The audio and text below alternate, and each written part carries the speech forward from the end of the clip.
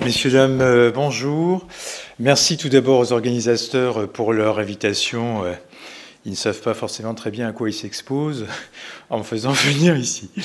Voilà, les imaginaires donc sociaux contemporains autour de la fin de vie. Alors, je suis maître de conférence en psychologie sociale à l'Université de Lorraine à Metz et je travaille depuis une trentaine d'années sur la question des imaginaires thanatiques contemporains, aussi bien dans les sciences et les médias principalement, qui existent également dans les religions, l'art, et qui constituent évidemment le sens commun. Alors, juste pour rappel concernant, j'ai prévu une intervention 2 fois trop longue, donc évidemment vous m'arrêterez en temps et heure, je n'aurais pas trop débordé. Sur le mourir contemporain, donc vous le savez déjà, juste à titre de rappel, on compte depuis la Seconde Guerre mondiale entre 500 et 670 000 décès chaque année, dont la moitié pourrait relever potentiellement des soins palliatifs et de l'accompagnement. Les 2 tiers de ces décès, vous le savez déjà, surviennent dans une institution de soins et seulement un quart à domicile, alors que la plupart des Français souhaiteraient finir leur jour à domicile. Donc avec un déplacement du lieu de décès en l'espace du domicile à l'hôpital, en l'espace seulement d'une génération. Donc ce qui a voulu dire, là aussi, ou impliquer une redéfinition de la fonction soignante vers l'accompagnement de fin de vie. C'est plus les familles qui l'assument massivement maintenant, ce sont les professionnels de santé. De quoi meurt-on? Principalement de tumeurs, vous le savez, de pathologies cardiovasculaires. En tout cas, en Occident, ce sont les principales causes de décès. Et ça, c'est pas seulement vrai pour la France, c'est vrai pour la plupart des pays occidentaux. Alors, au niveau sociologique, qu'est-ce qu'on peut noter? Donc des tendances importantes ou structurantes qui viennent justement paramétrer les imaginaires contemporains autour du mourir. Une déchristianisation, désacralisation du dernier passage, là pour des raisons à la fois techniques et idéologiques. Alors effectivement, il y a une déprise de la religion là dans sa capacité à ordonner ou dicter du berceau à la tombe ce que doit être une vie bonne ou la manière dont les populations et les individus doivent se réguler. Un vieillissement de la population, et on peut dire que là, c'est la médecine qui a pris le relais de la religion dans sa capacité justement à orienter les conduites dans un sens favorable à la santé individuelle ou collective. Un vieillissement de la population et une augmentation significative de l'espérance de vie. L'espérance de vie en 1900, vous connaissez, c'est 45 ans. On a gagné 33 ans et demi en l'espace d'un siècle. Mais aussi des maladies chroniques, des dépendances ou des démences. La médicalisation du mourir, dont je vais vous parler juste après, là aussi, qui globalement est acceptée dans la population, même si évidemment il y a toute une série de remises en cause de la science et des progrès médicaux, confère le dernier épisode récent de la pandémie Covid et toutes les critiques effectivement adressées non seulement aux mesures gouvernementales, mais aussi à la science et à la médecine, avec le retour des mouvements anti-vax, etc., etc. Donc un rapport assez ambivalent, là aussi, à la fois en demande de science et en même temps défiant par rapport à la science et notamment par rapport à la biomédecine. Régis Aubry, que vous connaissez tous, j'imagine, médecin, personne n'est parfait, mais également quelqu'un qui a fait sciences politiques et qui dit les choses suivantes. Les progrès contemporains de la biomédecine donc créent davantage de guérison, et là évidemment tout le monde ne peut que s'en réjouir, mais aussi davantage de situations inédites de grande vulnérabilité et de grande solitude. Donc ça veut dire qu'on se retrouve ici avec des situations qui sont créées par la médecine, de survie prolongée de plus en plus complexes, où on vit très longtemps avec une ou plusieurs pathologies incurables, donc notamment au grand âge, ou survivre à un accident en restant très gravement handicapé, les fameuses affaires Vincent Imbert et Vincent Lambert, alors qui ne sont pas des cas de fin de vie. Enfin, Vincent Lambert, c'est pas des cas de fin de vie, mais c'est vraiment la question de cette vie gravement handicapée, vaut-elle la peine d'être vécue? Donc des nouvelles figures de la fin de vie qui font débat avec de nouveaux besoins qui émergent dans un contexte évidemment de contraintes économiques et budgétaires, de solitude de plus en plus fréquentes et marquées. Alors, fait majeur, évidemment, pour expliquer l'évolution des sensibilités collectives autour des questions de fin de vie, de mort et de deuil, c'est la revendication, ou pourrait-on dire même la déferlante idéologique d'une autonomie individuelle de plus en plus revendiquée, affirmée. Alors, déclinée en termes de garantie, cette autonomie qui serait garante de la liberté, c'est de la maîtrise absolue sur sa vie, sa fin de vie et sa mort. L'individu contemporain devient le seul décisionnaire, ou doit être le seul décisionnaire de sa propre vie et fin de vie. Donc l'affirmation d'un moi souverain et de ses préférences singulières, c'est mon choix. Vous connaissez certainement l'émission ? Non, personne ne connaît l'émission. D'accord. Le refus de toute tutelle, qu'elle soit religieuse, médicale ou juridique. Personne d'autre que moi-même, ni médecin, ni curé, ni juriste, ni État ne peut m'imposer une fin de vie que je n'ai pas choisie. Ça, c'est quelque chose, c'est une lame de fond qui est extrêmement forte aujourd'hui et sur laquelle, évidemment, surfe le mouvement pour le droit de mourir dans la dignité, autrement dit, les mouvements internationaux pro-euthanasiques. Voilà. L'individuel, donc ce que j'ai appelé un individualisme de déliaison, on a l'impression que l'individu ne serait qu'un puits sans fond de subjectivité, sans rien autour de lui. Donc avec le souci de l'image de soi, d'une dignité que j'ai appelée biodégradable, là aussi, qui varie, alors on a parlé de Kant tout à l'heure, évidemment, que vous avez au départ tel un capital santé, mais qui peut évidemment se disparaître ou se dégrader là, en fonction des accidents de la vie ou d'une maladie grave. Voilà, l'injonction contemporaine est que tout individu, quel qu'il soit, doit être acteur de sa vie, acteur de sa fin de vie. Comme l'écolier doit être acteur de ses apprentissages, le demandeur d'emploi doit être acteur de sa recherche d'emploi, le malade doit être acteur de ses traitements et le mourant doit être acteur de sa fin de vie. Voilà, donc là nous avons quelques exemples de manifestants de l'ADMD, là aussi manifestants également, que je vous laisse regarder. De plus, alors autre élément majeur, une intolérance grandissante de nos contemporains face aux douleurs et souffrances individuelles et collectives. On pourrait parler d'algophobie ou de dolophobie généralisée. Ça, c'est vraiment extrêmement important pour comprendre ce qui se passe actuellement.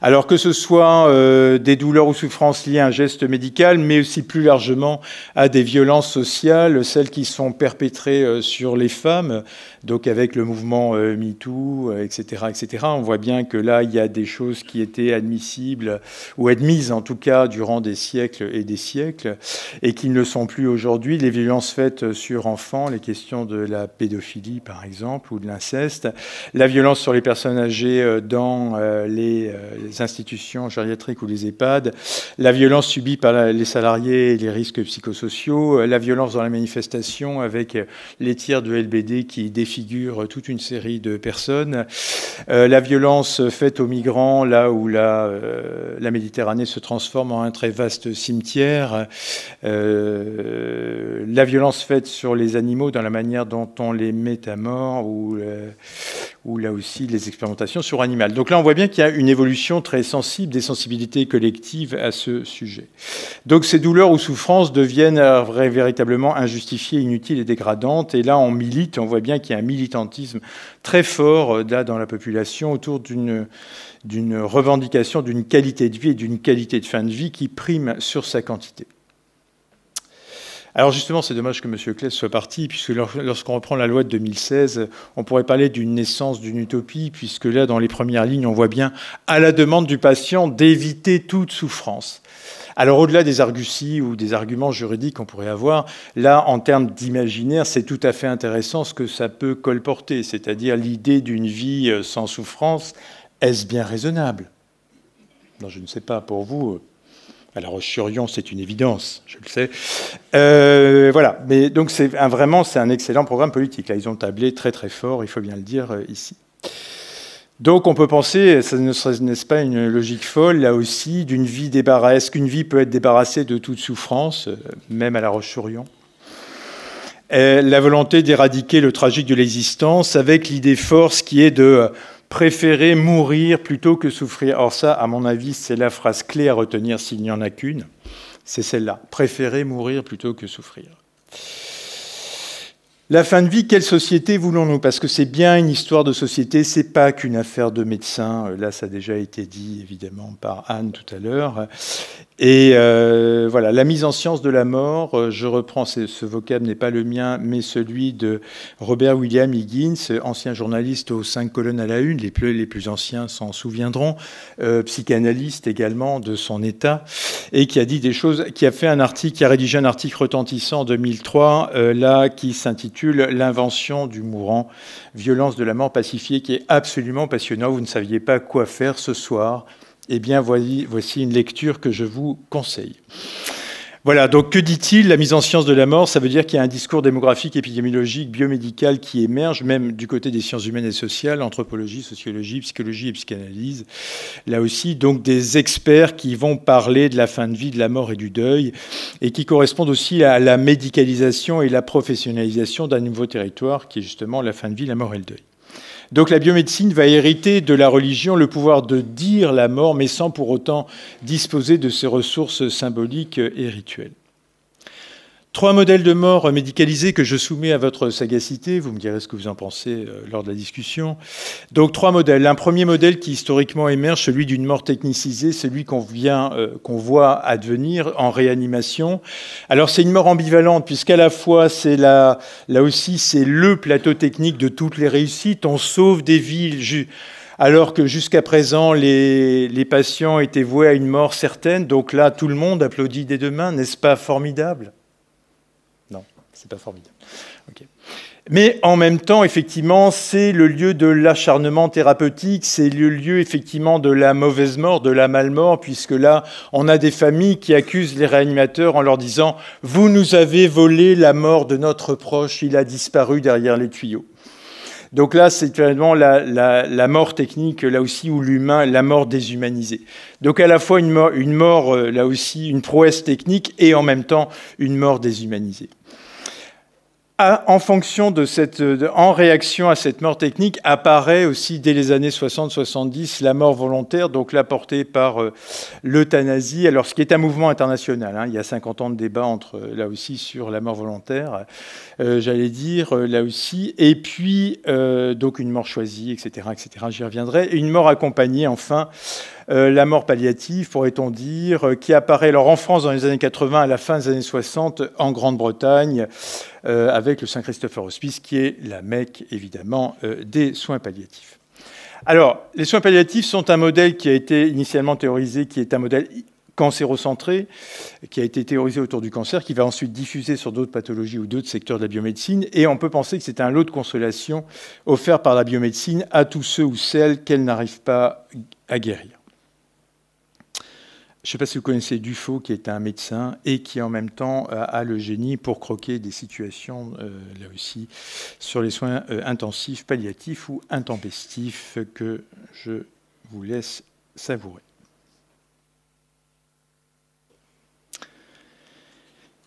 Alors, ces 3 modèles de mort héroïque médicale, dit Higgins, du côté de la réanimation, on est à la fois dans une figure très spécifique d'une sorte de mort héroïque ou d'une héroïsation du mourant. Dans le premier cas de figure, il s'agit de se battre jusqu'au bout. La norme est une norme de lutte. Il ne faut pas baisser les bras, etc., etc. On va se battre jusqu'au bout avec vous, etc. Devancer l'appel et offrir sa mort euthanasiée sur l'autel de la toute-puissance médicale, là pour la version de la mort choisie, et accepter et parler sa mort dans sa version palliative, puisque là, effectivement, ce qui est important, c'est la mise en récit de soi, la mise en récit, effectivement, de la fin de vie par les personnes qui sont, là aussi, prises en charge dans des structures palliatives, et on a tout un contexte qui favorise cela. Donc on est ici dans l'achèvement du mouvement d'individualisation, comme disait Philippe Ariès, son historien de la mort, là aussi qui aboutit aujourd'hui à la mise en scène de la mort en l'autre, le mourant. C'est-à-dire qu'en fait, on se débarrasse du problème collectif de la mort pour n'en faire qu'un problème purement individuel, privé et psychologique. C'est exactement ce que va dire Higgins ici. Je vous passe la citation, je n'ai pas le temps. Alors, on entend souvent dans les débats, plus on développera les soins palliatifs et plus on fera reculer l'euthanasie. À mon avis, non. Rien n'est moins sûr parce que justement, ça correspond à des modèles de mort médicalisés qui sont très différents, qui s'enracinent sur des modèles culturels qui, à mon sens, sont antagonistes du bien mourir. Le premier, alors ça réfère, premier modèle historiquement qui émerge historiquement, la bonne mort chrétienne, celle que vous connaissez toutes et toutes, surtout ici à l'ICES, j'imagine. Donc mourir, il s'agit de la mort en paix avec Dieu, muni des sacrements de l'Église, une mort préparée intérieurement en ayant fait le bilan de sa vie, partir en paix avec soi-même et avec les autres, une mort entourée des siens en ayant pu délivrer le bon mot à chacun, comme évidemment là le vieillard qui part entouré des siens, en ayant soldé ses conflits avec ses proches, une mort sans trop de douleur ni de pénible longueur, une mort attendue, acceptée, confiante dans la promesse de la résurrection prochaine. Donc là, on est dans l'archétype, là aussi, de la bonne mort chrétienne qu'on voit émerger dès le XIIIe siècle dans l'Occident chrétien. On va avoir ensuite un modèle plus récent, ce que j'ai appelé l'assez bonne mort palliative, là aussi, qui s'inscrit dans la filiation historique directe avec la bonne mort chrétienne, et qui est un modèle développé en réaction aux excès de la biomédecine, en réaction à la surmédicalisation de la mort qu'on voit évidemment, qu'on observe à ce moment-là, et qui va expliquer l'émergence du soin palliatif, effectivement, des soins palliatifs dans les années 60. La priorité est donnée à la qualité de fin de vie, au confort, à la lutte contre les turpitudes du mourir, qui passe essentiellement par le contrôle des symptômes, douleurs et souffrances en tête.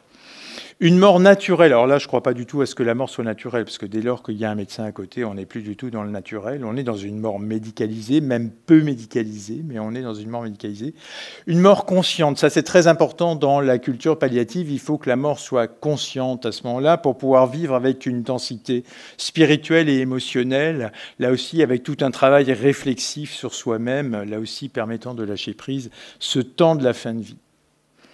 Donc on part du principe qu'en soins palliatifs, ce temps du mourir, l'agonie, là aussi, est un temps fécond pour régler ses dernières affaires, qui doit être initié par un travail réflexif sur soi, élaborer son propre deuil, dire sa mort, être au clair avec sa propre mort, si tant est qu'on puisse l'être, se réconcilier avec soi et ses proches, renaître intérieurement. C'est un temps de préparation pour les malades, mais aussi pour les familles, d'où l'importance que la fiabilité diagnostique et voire pronostic soit dite. Donc un temps à respecter qui ne doit être ni prolongé ni abrégé ici. Alors, on voit une idéalisation du mourant aussi chez Kubler-Ross, la modèle de mort pacifiée avec une version de la dignité qui est une version ontologique ou durable, là aussi, pourrait-on dire, donc qui s'oppose à cette version biodégradable qui est là défendue du côté des pro-euthanasiques. J'aime beaucoup cette photographie là, de Marie-Sylvie Richard, où on voit bien l'éthique de la sollicitude des soins palliatifs par rapport au plus fragile, par rapport à celui qui meurt. À l'inverse, on va voir l'idéal actuel de cette belle mort euthanasique, où il s'agit de mourir inconscient sans s'en rendre compte, en dormant rapidement. Si on fait un sondage là dans la salle, je suis à peu près sûr que vous collez plutôt à ce modèle-là qu'à l'autre, sans souffrance ni dégradation inutile, à l'heure que l'on a soi-même choisi. Choisir sa mort, choisir sa vie, c'est le slogan de la DMD. De manière propre et élégante, sans jouer les prolongations, là aussi, un peu comme un acteur qui quitte la scène de manière élégante, là aussi, sans devenir un fardeau pour son entourage, en restant maître de soi, en évitant la déchéance, en laissant derrière soi une image sereine à ses proches. André Comte-Sponville, philosophe que vous avez certainement lu, j'imagine que vous connaissez, très médiatique, dès lors que la mort fait partie de la vie, n'a-t-on pas le droit de choisir dans certaines circonstances le moment et les modalités de sa propre mort? Alors ça, c'est quelque chose, évidemment, qui entre en résonance de manière très forte avec les sensibilités collectives contemporaines. La belle mort euthanasique, donc il s'agit de mourir debout en pleine possession de ses moyens physiques et psychiques, une mort volontaire, contrôlée, choisie, maîtrisée, et la seule solution technique, évidemment, où là on est dans une espèce de réification de la technique, c'est l'injection létale qui vient tout résoudre. Donc faire disparaître là où le mort du champ social sans perturber les individus ou la société. Le temps de mourir, l'agonie est jugée comme un temps absolument inutile, douloureux, dégradant, et on doit tout faire pour l'éliminer. Comme disait Isabelle Marin dans un article retentissant du début des années 2000, là aussi, l'agonie ne sert à rien. Évidemment, c'est un titre provocateur. Oula, attention, je sens que... C'est combien ? 2 minutes. 2 minutes. Oh là, le verdict est dur. Merci, docteur. OK. Donc voilà, je veux pouvoir mourir sans passer par la case légumes. Je ne sais pas si vous connaissez le Monopoly. La case légumes. Non, ça ne vous dit rien. Voilà, donc là, c'est quelque chose qui est très très fort, là, actuellement, ici. Voilà, donc sacrifier, euthanasier le patient qui a perdu sa dignité biodégradable ou contingente, la belle mort, c'est l'idéal de sens commun sur lequel surfe actuellement la DMD. Donc la dignité, notion aporétique, contradictoire, revendiquée à la fois par les pro-euthanasiques et par les soins palliatifs, et dans tous les cas, effectivement, c'est une conception de l'individu comme acteur de sa fin de vie, c'est bonne mort palliative ou la belle mort euthanasique ici. Les grandes peurs contemporaines liées au mourir, là vous les connaissez certainement tous. Je reprends Stéphane Amar, qu'on vous allez voir en direct demain, je crois demain, il vient. La peur du mourir, plus que de la mort et de ce contexte d'offense, là aussi. Et pourquoi ? Parce qu'associée à la dégradation, à la déchéance. La peur de souffrir qui est majeure. La peur de devenir dépendant, de perdre son autonomie, de ne pas être écouté ou respecté. La peur d'être une charge inutile pour l'entourage. La peur de mourir seul. La peur de l'inconnu et de l'au-delà. Alors là, la liste n'est pas exhaustive, mais c'est vraiment ce qu'on va trouver ici. Et toutes ces mauvaises morts ici, solitaires, longues, douloureuses, inhumaines, etc., toutes les qui sont consécutives, la plupart du temps, aux dérives de la biomédecine, l'acharnement thérapeutique, abandon, toutes ces fins de vie problématiques font le lit, évidemment, des pro-euthanasiques. Et le maître mot, et moi j'ai beaucoup discuté avec des militants de la DMD, le maître mot chez ces gens-là, c'est beaucoup des femmes d'ailleurs, disent plus jamais ça. Et on peut les comprendre, hein, là aussi, face à ce qu'elles ont vécu, aux horreurs qu'elles ont pu vivre, là aussi, ou auxquelles elles ont pu assister, évidemment, on peut les comprendre. Voilà, Lynn Renaud. Je pense que j'ai convaincu Emmanuel Macron d'aller plus loin. Donc si la loi change, vous savez d'où ça vient. C'est Lynn Renaud. Là aussi, voilà. Et elle dit bien, là aussi, Lynn Renaud sur la mort de Jean-Luc Godard par suicide assisté, il faut d'abord chercher la liberté. Moi, j'ai vu ma mère et ma grand-mère mourir et je ne veux pas passer par ça. Voilà, l'euthanasie, partir avant de souffrir, on est véritablement là. Le nouveau roman de la mort, demander la mort pour ne pas mourir, ou finir sa vie dans l'inconscience pour ne pas avoir à vivre le temps du mourir. Ce temps donc dégradant, inutile, associé à la déchéance, la souffrance, l'indignité, etc. Donc on est vraiment dans un fantasme de maîtrise qui permet de contenir l'angoisse du mourir. Voilà, donc signé mensuel, je ne sais pas si vous connaissez. Mourir plutôt crever, ça résume extrêmement bien ce qui se passe là aujourd'hui. Voilà, ben, j'arrête là, je suis à la moitié de ce que je voulais dire, mais ça fait rien, j'arrête là. Merci beaucoup.